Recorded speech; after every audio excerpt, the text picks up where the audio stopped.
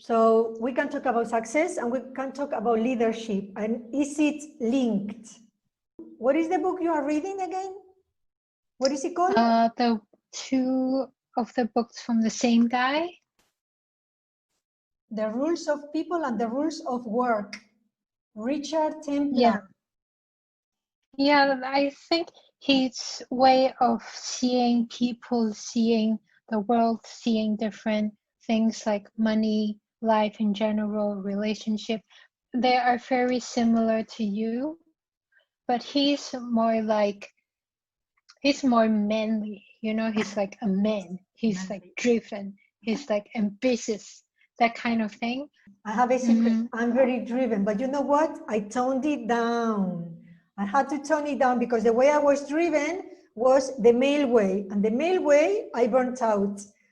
And the reason why I did the male way is because my father was very authoritarian, and I had to kind of meet him at his level for me to claim my independence. So then I went to work as a manager in England and corporate, and that's very, very tough. Lots of hours, lots of battles on the phone with manager and stuff, but still I had a little bit of this softness, and eventually with my totems and my Reiki, I started to calm it down a little bit and find that balance, because I was finding that you can't keep pushing and you can't keep going against the energies that are available. It's like a surfer trying to surf on the top of a wave that is ebbing away. It's not a possibility, it's an impossibility. So when I understood the universe and the energy and the waves and the ebbs and the tides and how it goes, then I was able to, in the times when you have to, like now with the virus, for instance, we're all in a womb trying to nurture a new way of life, a new way of functioning, a new way of surviving. So when you put that in the corporate environment, always pushing is not the right thing to do. Sometimes you have to wait, sometimes you have to think, sometimes you have to listen, sometimes you have to keep the space so that the inspiration comes. So it's basically different paths, same roads. So now, even though I'm driving, I tone it, I tweak it, I calm it, I'm able to zigzag and flow. The first point was don't keep still, make a plan. Second point, gossiping and disapproving of yourself and others is a little bit linked to gossiping.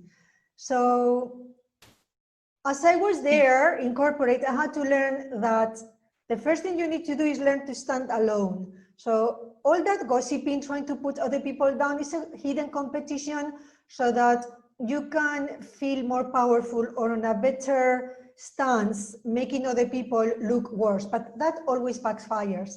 And I understand that we always want and need that little support of the group. So you get a pat on the shoulder and you have a group with whom you talk about others. When you talk about others in a way that is helping the group or you move forward, picking concepts, that's okay. But when you talk about character, personalities, bringing them down and so on, something happened with a girl who was talking about me. It came back. You know what happens with the Chinese whispers? It was distorted. I didn't mean it like that. She turned it and twisted. It came back to me. This girl was like a professional of gossip. That's what she used to do. And she didn't even realize she was doing it. But that day, because I was starting at the beginning of my spiritual path, I said, no, I'm not going to participate on this, and I'm not going to let this keep on going. So I confronted her and I said, this you said, this wasn't true. I didn't mean it, and this was happened. And she went, oh, I didn't mean it. Oh, you know, it's a game, it's fun. I said, no, you're actually hurting people. At that point, I realized that I shouldn't gossip, and I should not take gossip from others, and I should not care what other people say about me when that is their personality that comes, or their opinion that comes from their own limited projection.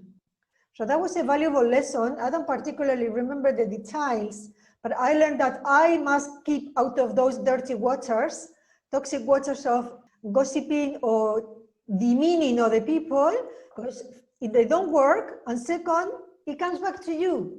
So I found that clear, and I never found that difficult afterwards. It was so clear in my mind. And that goes with your concept in spiritual development, that you need to be standalone. You need to be like a tree with your own roots. So that means that you need to know yourself, accept yourself, forgive yourself, and understand yourself. Knowing we are never perfect, but we are always work in progress. So as we evolve and improve, when people started to tell me, you are this, you are that, I used to say, yes, and? Well, before they would break me down, it was like, oh my God, is it true, isn't it true? Endless discussions in my head. So that links to the self-criticism. So once you accept yourself, know yourself, and can live with yourself, knowing that you're improving on your own terms, not when it suits people, because that is manipulation from others. When you decide, because you are ready to take on the next stage of development, then you start becoming standalone. And what other people say about you is really not that painful or that hard or strong. It doesn't break you. It just like could be uncomfortable, but it's just unpleasant. But it doesn't stop you. So I learned all these things, and that is all about self-leadership. I agree, it's to do with self-leadership. There cannot be leadership if there is no self-leadership. And when I was in Toastmasters, I gave a talk about leading from behind, which is the Tao. The Tao is that one, the philosophy that says the yin and the yang, the balance. So you balance yourself, you work on yourself, you look at yourself, and you guide yourself. And if there are other people who connect with you and want to follow, they are free to follow. But not because you say, hey, let's go, I'm your leader, meaning that you are more or better or something. No. And also self-leadership or leadership varies, because I could be leader in this personal development and you could be leader on something else. So I believe we all have a leader inside at certain area of expertise, because you cannot be leader of everything with everybody. That's ridiculous. So that is a humbling experience to know that you have some strengths you can use and become a leader at, and you have weaknesses that you will follow other people. So for instance, this morning I was doing my German-Basque exchange, polyglot exchange, and the lady who teaches me German, she's very, very good, she says, let me lead you. And so I surrender and I allow her to lead me.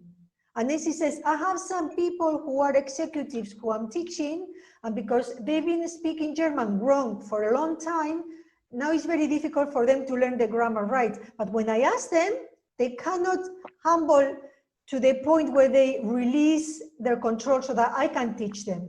Basically, I can't teach them because they don't let me teach them.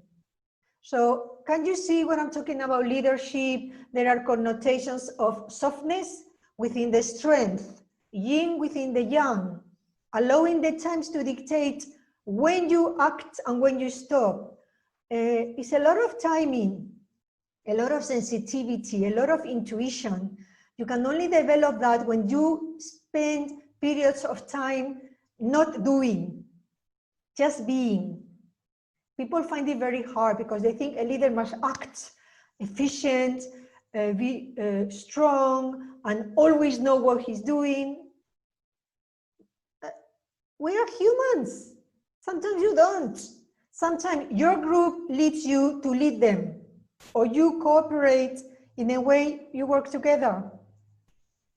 And those are also leadership qualities, to know when to mediate, negotiate, how to communicate, how to motivate the people so that they can be the best each one of them can be, so that the group can be at the best, and so on and so forth. So many books can be written, but basically it's common sense, personal development, personal evolution, intuition, tapping into the timing, the flows of the universe. You say to me, you have a totem, you have a this, and you always say something happened. Yes, because that's how the universe talks to me. The universe talks to me because I say, this is my alphabet. I understand totems, talk to me through totems. I understand archetypes, talk to me through archetypes. I understand dreams, I understand astral travel. Whatever I understand is my language with the universe. Yours will be that or something else. Some people can read the planets. Some people can read the earth, the plants, the rocks. the waters, the weather. Scientists, they speak the way of evolution. A biologist will understand the body and the evolution of the cells. And a chemist will understand how to mix products to create something new. What I'm saying is that we all talk the language of the universe from different perspectives. They're like the radius of a wheel, all going to the same point, to create a life that is sustainable, successful, happy, balanced, harmonious, where you don't fight with the people, with your teams, with your family, with your friends, with yourself, when you can hear and listen as well as speak. So it's all these elements. Now, some people think success is to be super wealthy, which is also successful, but there are people who feel very successful without needing to be that super wealthy, because you are at peace and you had a youth like me where you fought a lot. So now I value my family, my sanity, my smooth operation, my flowing with things as a point of success. And when you have sufficient money and a little bit more, and when you can do the things you really want, at least the things you need, maybe not everything you want, but when you do the things you need, you have very few wantings on top of that, because you feel fulfilled. So that fulfillment is, to me, success. But then at this age, it's not the same as when I was 30. Like you said, when I was 30, I thought being a successful executive with a car and the look and the suits and the status was success. So you change as you evolve. Do you have any comments or any questions? I feel that you are saying your view of success is one that, not the type that is like, I have a goal and I'm going to achieve it at all costs, and you ignore everything and just laser focus on that goal. The type of success you are describing, it's more like having perspective, slowing things down in order interaction with the universe, the spiritual things, have interaction with people who matters, and have interaction with yourself, getting feedback, giving and getting feedback. And because you are working from a standpoint with a wider perspective, it's like a web of attention. You pay attention on a lot of things. You put things together in a pot and you constantly like brewing. And then the outcome of this type of working towards success, the emphasis is inner fulfilling. That's right. The success you are describing. Very good points, because you speak my language with your alphabet, so you can rephrase what I'm saying in a way that is very clear and very well analyzed.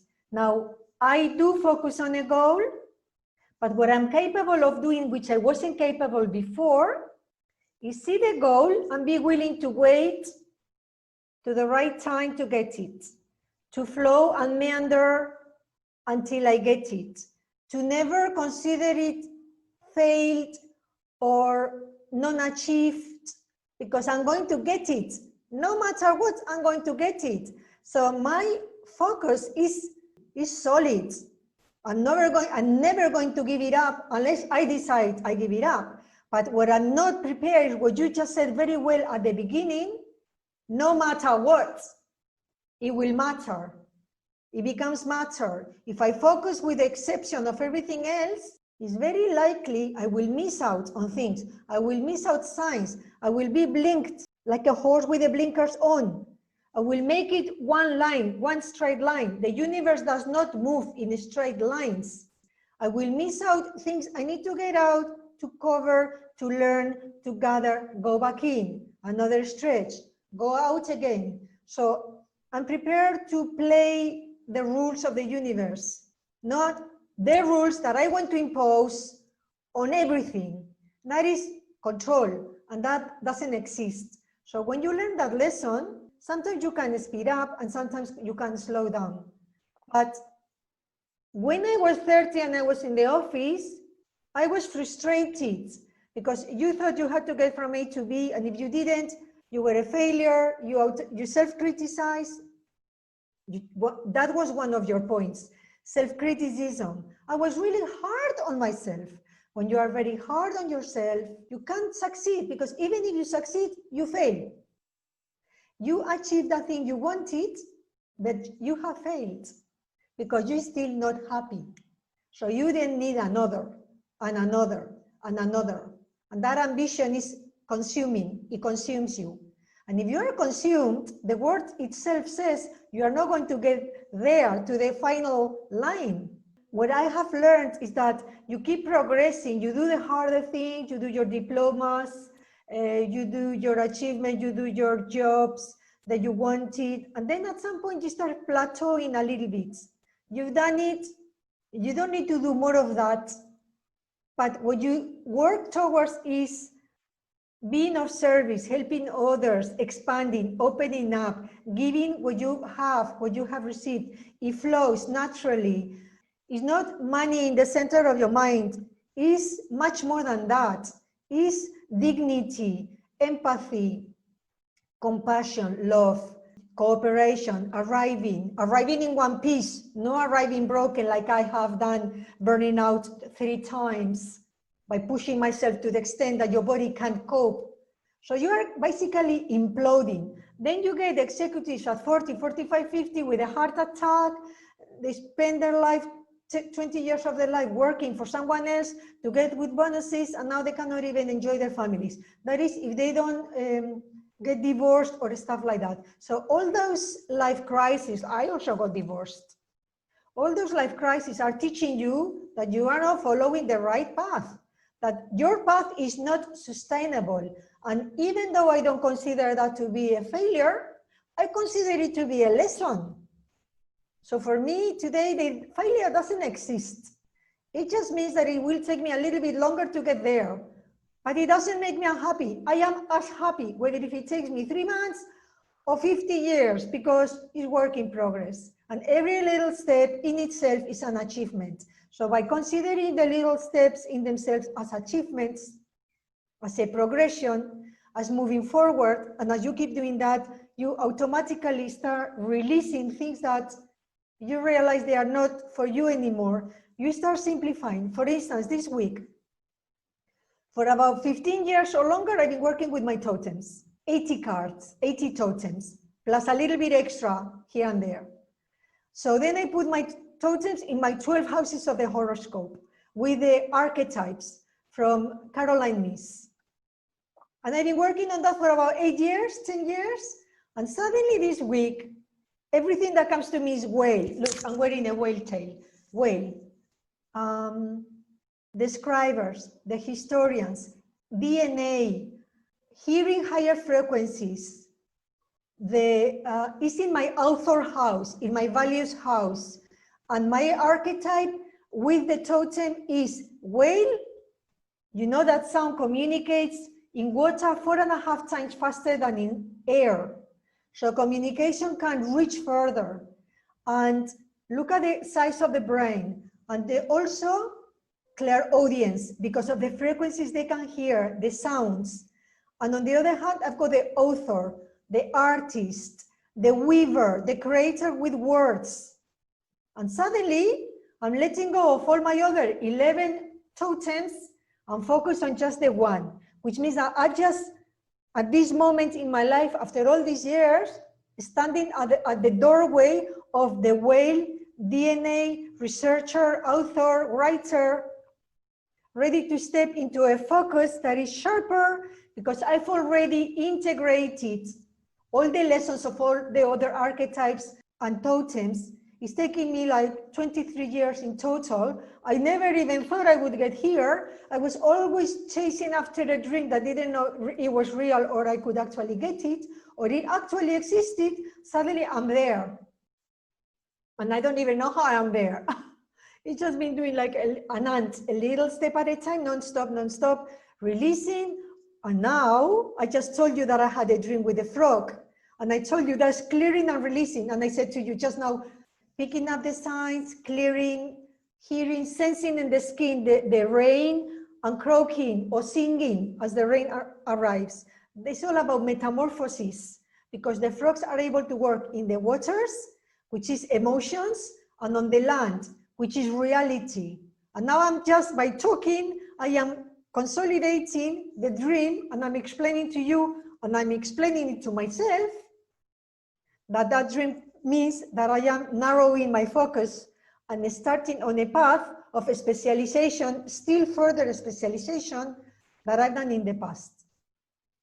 So what I'm saying is that I don't know if this explains to people how to read the universe, how to not be hard on yourself, how to allow yourself to be successful without cutting it short, saying, I'm not good enough, I haven't got there, other people get there earlier than me, people are younger, they have more money. You're shooting yourself on the foot.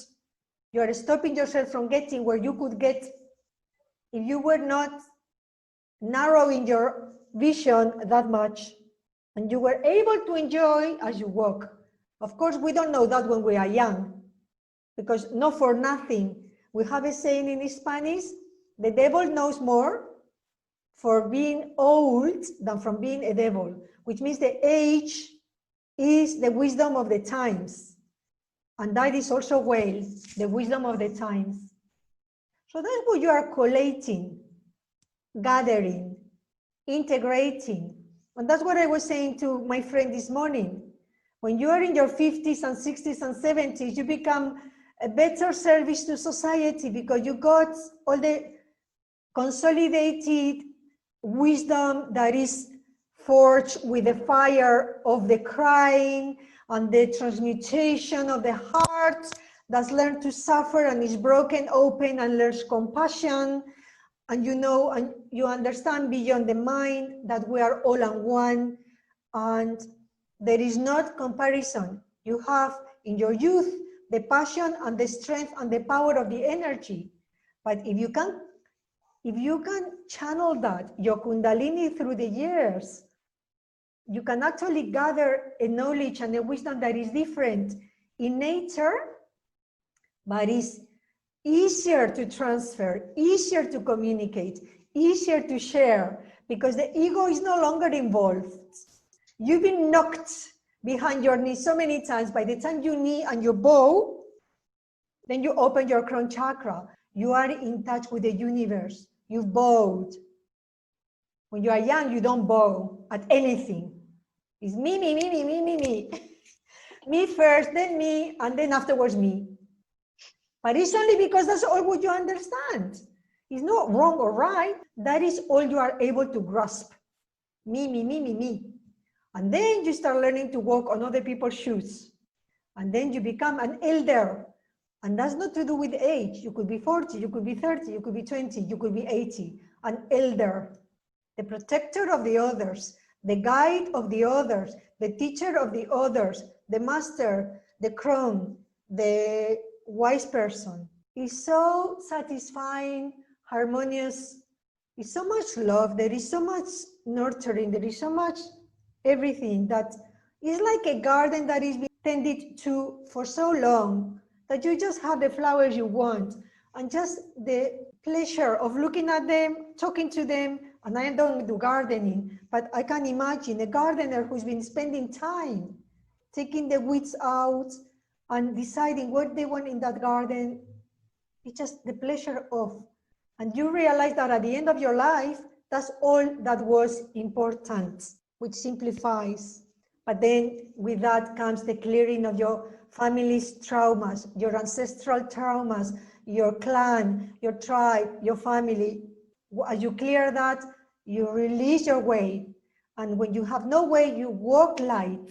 And then is when the Native American said, walk light, that when you go, it's like you were never here. Now, that goes against people's beliefs because we all want to be somebody and leave a mark, but that mark can be soft. You can leave a book, you can leave love to your children and grandchildren and your generations to come. So I don't know if that places or creates a picture for you, a picture that is enticing to go to, motivating to go to. I don't know if that is enough for people who would be listening to this. I don't know if this story or this path that I'm describing is sufficient to make you say, if I get there, my life was worth living. From my experience of hearing other people reacting to this kind of information, at first, like, you put out a really, really good comprehensive view of what success is. It's a softer, more abstract, but more insight, and in some way more real version of success. But from what I observe in others, and what I imagine other would think and feel if they hear this, is that they would feel intimidated, because you were talking about a really, really comprehensive transformation of the way you think. And it's not easy to teach yourself to think differently, even though you tell them, hey, there is a really, really grand prize at the end of this road.